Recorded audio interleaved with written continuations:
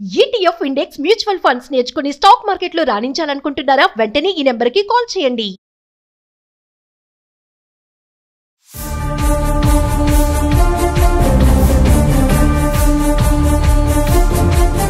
నమస్తే, welcome back to Suman TV. Present మనతో పాటు ఉన్నారు అనలిస్ట్ మందడి కృష్ణారెడ్డి గారు.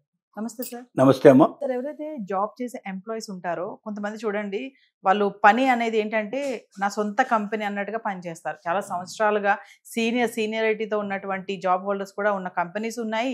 వాళ్ళు ఏంటంటే ఒక క్రమశిక్షణ, ఇది నాది, నా పని, నా సొంత కంపెనీకి చేస్తున్నాను అనే ఒక భావంతో చేస్తూ ఉంటారు. అలాగే రీసెంట్గా ఒక పోస్ట్ వైరల్ అయింది సార్. అతను 17 సంవత్సరాలుగా ఒక కంపెనీలో పనిచేస్తున్నాడు. సడన్గా అతన్ని ఉద్యోగంలోంచి తీసేయడం జరిగింది.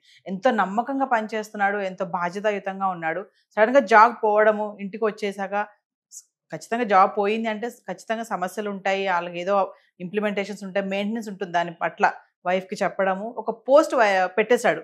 ఏంటంటే నాకు ఇది ఒక ఛాన్స్, ఇది ఒక అవకాశం అనుకుంటున్నాను నేను, ఈ వైఫల్యం అనేది అని చెప్పేసి పెట్టడం అనేది చాలా గొప్పగా ఉంది ఆ కామెంట్ అనేది. ఒక్కసారి ఆ వివరాల్లోకి వెళ్తే కామెంట్ని ఎలా తీసుకోవాలి అంటారు ఒకసారి? చెప్పేది రీసెంట్గా అమెజాన్ కంపెనీ లోపల 17 ఏళ్ల పాటు పనిచేసినటువంటి ఒక ఉద్యోగి సడన్గా ఈ ఉద్యోగం పోయింది అని చావు కబురు చల్లగా చెప్పారు. అతను షేక్ అయిపోయాడు. కాళ్ళ కింద ఉన్న భూమి అంతా కూడా కదిలిపోయినట్టు అనిపించింది.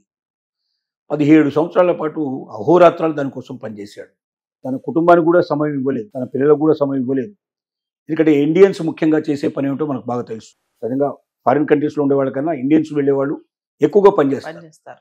అసలు వాళ్ళు ఓవర్ టైం అయినా పనిచేస్తారు, హాలిడేస్లో కూడా పోయి పనిచేయమని పనిచేస్తారు, ఒబీడియంట్గా పనిచేస్తారు. కాబట్టి అమెరికన్స్ ఎక్కువ లైక్ చేస్తారు వాళ్ళని. తను కూడా చాలా బాధపడ్డాడు. నా జీవితం అంతా నేను ఈ కంపెనీకి అంకితం చేశాను, 17 ఏళ్ల పాటు నేను ఏ జాబ్ వెతుక్కోలేదు, వేరే ఎక్స్ట్రా టైం కోసం నేను పనిచేయలేదు, నేను దీనికోసం అంకితమయ్యాను, నేను దీన్ని కుటుంబంగా భావించాను, ఇది నా జీవితంలో ఒక భాగం అయింది, నా శరీరంలో ఒక భాగం అయిపోయింది అని ఈ రకంగా వాపోతూ బాధపడుతూ భయపడుతూ అసలు ఎలాగ ఎక్స్ప్రెస్ చేయాలో తెలియక, దీన్ని ఎవరు చెప్పుకోవాలో తెలియని పరిస్థితి ఏర్పడి, కుటుంబం సభ్యులకు కూడా చెప్పాలంటే కూడా భయపడే పరిస్థితులు ఏర్పడ్డాయి. ఆలోచించి మెల్లగా భార్యను ఒంటరిగా పిలిచి తనకు ఎక్స్ప్లెయిన్ చేశాడు. అయితే భర్త అంత పిరికిది కాదు భార్య చాలా ధైర్యవంతురాలు. తను భర్తని ముందు ఇక్కడ ఆత్మవిశ్వాసం కోల్పోతున్నట్టు అనిపించింది. ప్రపంచంలో ఏది పోయినా మనం దాన్ని సంపాదించుకోవచ్చు, కానీ ఒక్కసారి ఆత్మవిశ్వాసం పోతే ఇక మనం సంపాదించుకోలేము. అంటే కోట్లు పోయినా సరే జీవితంలో కోట్లు డబ్బులు మనం పోగొట్టుకున్నా, ఆస్తులు పోగొట్టుకున్నా, ఉద్యోగాలు పోగొట్టుకున్నా సంపాదించుకునే అవకాశం తప్ప, నీలో ఒకవేళ ఆత్మవిశ్వాసం పోయింది, నేనేందుకు పనికిరాను, నేను ఏమీ చేయలేను, నా జీవితం అయిపోయింది, ఇదే ఆఖరి రోజు అన్నట్టుగా ఎవరైతే బాధపడతారో వాడు ఇంకా ఏమి ఇచ్చినా వాడు చేయలేడు. తర్వాత వాడి కోట్ల రూపాయలు వాడు దొరికినా వాడు ఇంకేం చేయలేడు.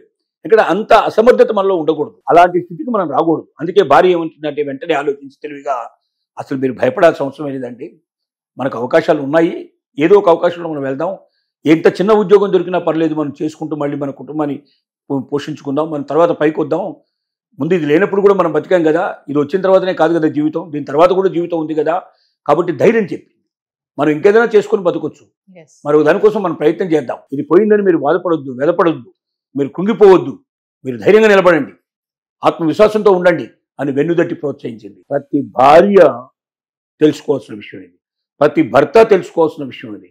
తన కుటుంబ సభ్యుల్లో ఎవరైనా పరీక్ష పోగొట్టుకుంటేనో, డబ్బు పోగొట్టుకుంటేనో, ఉద్యోగం పోగొట్టుకుంటేనో, ఆస్తి పోగొట్టుకుంటేనో, లేదా ఒక గేమ్లో ఓడిపోతేనో అవతల వాళ్ళని మనం కుంగదీయొద్దు, ఇంకా బాధ పెట్టే ప్రయత్నం చేయకూడదు, ప్రోత్సహించాలి.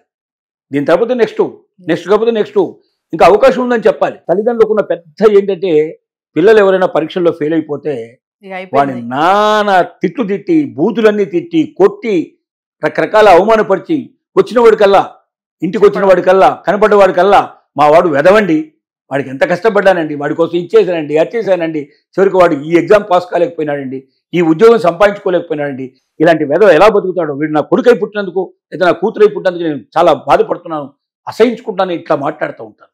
దీన్ని చాలా గొప్పగా భావిస్తారు వాళ్ళు. కరెక్ట్ కాదది.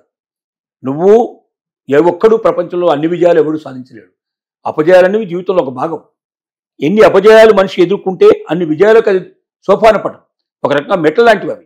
నువ్వు ఎక్కిపోవడానికి మెట్లు. రేపు పొద్దున ఈ అనుభవంతో నువ్వు ఇంకెంతైనా సరే ముందుకెళ్ళడానికి నీకు అవకాశం ఏర్పడుతుంది. కాబట్టి విజయం రావాలంటే విజయానికి అపజయాలే మార్గం.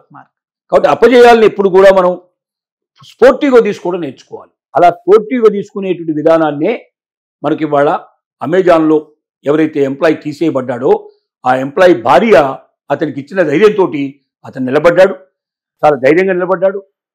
భవిష్యత్తులో ముందుకెళ్ళడానికి అవకాశాలు ఏమో చూశాడు. ఫ్రెండ్స్ అందరూ కూడా అతనికి సహకరించేందుకు సిద్ధపడ్డారు. ఒకసారి నువ్వు నిలబడితే మిగతా వాళ్ళు నీతో పాటు నిలబడతారు. నువ్వు ఎప్పుడైతే పారిపోతావో ఇంకెవరు కూడా వాడే పోతున్నప్పుడు మనం ఎందుకు చేస్తానులే అని చెప్పి వాడు తప్పుడు కూడుకుంటాడు. కాబట్టి మనలో ఉండే ధైర్యమే మనం నిలబెడుతుంది అనేటువంటి భావనకి ఇది ఒక మంచి ఉదాహరణ. అతను పెట్టిన పోస్టు చాలా మందిలో ఆలోచన, ముఖ్యంగా ఈ సమయంలో అతని పోస్ట్ పెట్టడం వల్ల ఉద్యోగాలు క్రమక్రమంగా రోజులు తగ్గిపోతా ఉన్నాయి. లేఆఫ్లు ప్రకటిస్తున్నటువంటి కంపెనీలు, ఎవరి ఉద్యోగం ఎప్పుడు పుడుతుందో తెలియని పరిస్థితి, చాలా మంది అధైర్యపడుతున్నారు, భయపడుతున్నారు. ఏం జరగబోతుంది, ఈఎంఐ కట్టాలి, అదెట్ట కట్టాలి, ఇదెట్ట కట్టాలి అనుకుంటున్నారు. ఏముంది, ఈఎంఐ కట్టలేకపోతే దాన్ని అమ్మేస్తావు, ఎంతో కొంత తమ్మేస్తావు, అమ్మేసి దాన్ని కట్టాల్సింది మొత్తం డబ్బు కట్టేసి మిగతాది ఎంత మిగిలిందో ఆ మిగిలిన దాంతో నువ్వు ఏదైనా చిన్న స్టార్ట్అప్ కంపెనీ పెట్టుకుంటావు, ఏదైనా తయారు చేసుకుంటావు. అదే జీవితం కాదు కదా, అది లేనప్పుడు కూడా నువ్వు బతికావు కదా. కాబట్టి ధైర్యం చాలా అవసరం. ఆ ధైర్యం ఇవ్వడానికే పనిచేస్తుంది.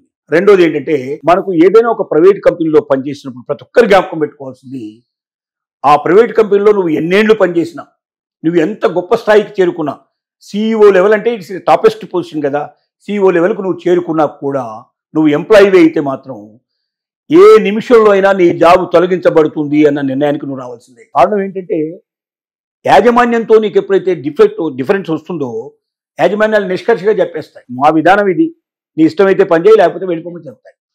నువ్వు అలా కాదు, నేను కంపెనీ మేలు కోసమే చెప్తున్నాను కదా, ఇలా వెళ్తే కంపెనీ నష్టపోతుంది అని నువ్వు చెప్పినా కూడా వాడు వినప్పుడు నువ్వు ఏం చేయగలుగుతావు? ఎట్టి పరిస్థితుల్లో నువ్వు దాని వ్యతిరేకం పోదు. బాస్ ఈజ్ ఆల్వేస్ రైట్, అంతే. వాడు చెడ్డ మార్గంలో పోతే పోనీ మనం ఏం చేస్తాం దానికి? ఇప్పుడు నువ్వు నీ అస్తిత్వానికి ప్రమాదం పడిపోయే అవకాశం ఉంటుంది. పోనీ ఇంత చెప్పావు, నిన్ను తీసేశారు, వాడు మార్చుకుంటాడా? వాడి పద్ధతి ప్రకారం వాడు కంపెనీ నడుపుతాడు కదా. నువ్వు అదే కంపెనీలో ఉంటే ఇవాళ కాకపోతే రేపైనా వాడు మనసు మార్చే అవకాశం నీకు ఉంటుంది. అంతేగా నువ్వు కంపెనీలో తీసేయబడిన తర్వాత నీకు అవకాశం కూడా లేదు కదా, నీతో పాటు మిగతా వాళ్ళని కూడా నువ్వు ప్రమాదంలో నెట్టినట్టే అవుతుంది కదా. కాబట్టి ప్రైవేటు కంపెనీలో పనిచేసే ఏ వ్యక్తి అయినా సరే మీరు ఖచ్చితంగా నిర్ణయించుకోవాల్సింది, నేను ఇలా ఉన్నాను, ఈ కంపెనీ నాకు చివరిదాకా ఉంటుంది సపోర్టు, నేను జీవితం అంతా ఇక్కడే రిటైర్ అయిపోతానని మాత్రం భావించవద్దు.